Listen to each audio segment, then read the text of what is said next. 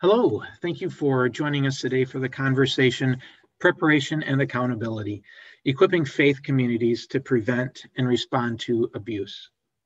My name is Pete Singer.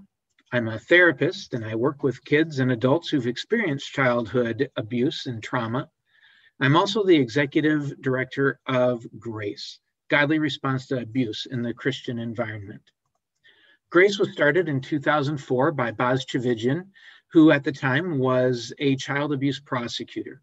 And he saw in situation after situation, Christian faith communities struggling with their response to abuse. And so he established GRACE to try and improve the Christian faith community's ability to recognize, respond to, and prevent abuse. That goal that Boz had when he started GRACE remains our mission and our focus to this very day, empowering Christian communities to recognize, prevent, and respond to abuse. As we go about trying to enact our mission, trying to bring it to life, we recognize that this is not about equipping faith communities to mark off boxes on a checklist. That won't be enough. This is about real, deep, cultural change that values the child, that values the safety of the child, protection of the child, that values healing more than an organization's liability. And this is a culture change that we seek to be able to help bring about. And we seek this because that is the demonstrated priority of Jesus. Jesus speaks in Matthew 18:6, if anyone causes one of these little ones who believe in me to stumble, it would be better for them to have a large millstone hung about their neck and to be drowned in the depths of the sea. These are harsh words for those who would hurt a child, those who would cause a little one to stumble. And so we as faith communities must make it a priority, rather than causing children to stumble, to help children grow, to protect them. We know that one of the things that can hurt kids is trauma, is abuse. Often when we think of trauma, we think of the event. In this conversation, that would be the child being sexually abused. SAMHSA helps us understand that it is more than just that initial event. Rather, it is the initial event is the foundation, but then what happens next that really shapes the nature of the trauma in this person's life. It's the event, but it's also the experience of the event. Does that person experience the event alone?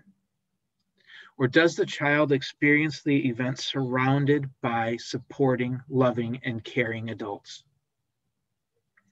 Does that child experience the event hounded by proclamations of guilt and blame coming from perhaps within themselves, coming from the perpetrator, or perhaps coming from the faith community who calls it an affair instead of the abuse that it is? Coming from a faith community that might make them repent for their role in being abused. When as a child being abused, you are the victim. You are not a co-conspirator in that abuse. So how does the child experience the event? And then what are the effects of the event? We know that trauma has potentially lifelong effects on physical health, mental health, relationships, spiritual health, in so many ways. What are the effects of the event? Does the child lose their friends, lose their faith community? Does the child now struggle with depression? Does the child now struggle with other significant health concerns? So when we look at how GRACE wants to help churches recognize, respond to, and prevent abuse, it's with an eye on all three aspects of this definition of trauma. Being able to prevent the event, but also being able, when that event occurs, to reach into that situation and change for the better, not for the worse, but for the better, the experience of the event and the effects of the event in that child's life. We have a couple of paths that we follow in trying to accomplish this. The first is prevention.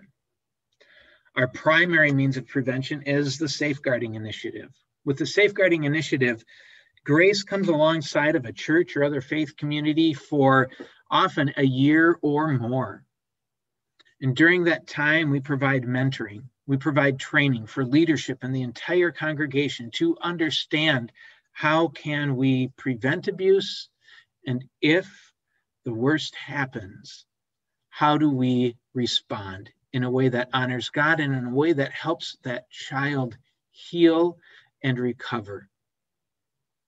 Along the way, we also look at policies and do an extensive policy review where we're looking at, are the policies harmful? Are the policies helpful? Are the policies adequate? Do they not just address the legal minimum? Are they not just designed to address liability, but are they actually designed to facilitate healing? Do they go beyond a legal minimum to also include a moral and an ethical obligation that we as faith communities have to care for the hurting, to care for the abused, to care for the vulnerable? So we look at and we review policies and procedures in light of that. And we also look at the physical environment. Are there areas that are easy to hide with the child and possibly harm the child in one of those areas where they are hidden? Other areas of the physical environment, the grounds that we look at, and look for ways that the grounds themselves might make abuse more likely to occur. An organization, a faith community, might work with us to do the entire safeguarding initiative. That's more comprehensive and holistic. It might not be at a spot where it can do that full initiative at that point. And in those situations, they may work with us to do just the training or just the policy review or just the physical assessment. In addition to the safeguarding initiative and those components, we also have monthly Facebook Live events where we bring in experts like Victor Veith, like Diane Langberg, to come and speak to issues related to abuse within faith communities, helping us understand the dynamics of power, helping us understand the spiritual impact, the psychological impact, so many impacts of abuse, and also helping us understand and plan for what we can do about it, how we can help reach into and prevent the event, but also how can we then have a positive impact on the experience of the event and on the effects of the event. The prevention path is one path, but we also have an accountability path. With the accountability path, the faith community might come to us for consultation. As something has come up, they might come to us and we will help guide them through that abuse, help them make the appropriate reports, help them consider ways to support and help the survivor, ways to protect others, how to present the information to the congregation. All of these things in a consultation role as that event unfolds. In addition to that, after the fact, we often will come alongside a church to do an assessment, what sometimes would be called an investigation. In that assessment, we look at information related to allegations of abuse, as well as the faith community's response to those allegations. We gather information through interviews with the survivors, with witnesses, with potential bad actors, with potential good actors. We also review documents such as meeting notes, Facebook messages, emails, texts. We compile all that information and then we release a report. The report goes through that information and lists the findings. What did we discover as we looked through this information? It analyzes that information to see, are there patterns? Does this represent a culture in the faith community that actually allows for this abuse to more likely occur, or hurtful responses to more likely occur? Or did this church culture actually serve as a buffer, as a protective factor for the person. And we issue recommendations. If the faith community caused hurt and pain, we give recommendations for how to address that. Recommendations for how, in the present, do we shepherd the faith community, the membership forward? Do we minister to the survivor, if the survivor wants even anything to do with the faith community at that point? And recommendations for the future. How do we make it more likely that if this happens, we will respond well, respond with integrity, respond in a way that helps bring healing, rather than in a way that compounds the pain, compounds the hurt.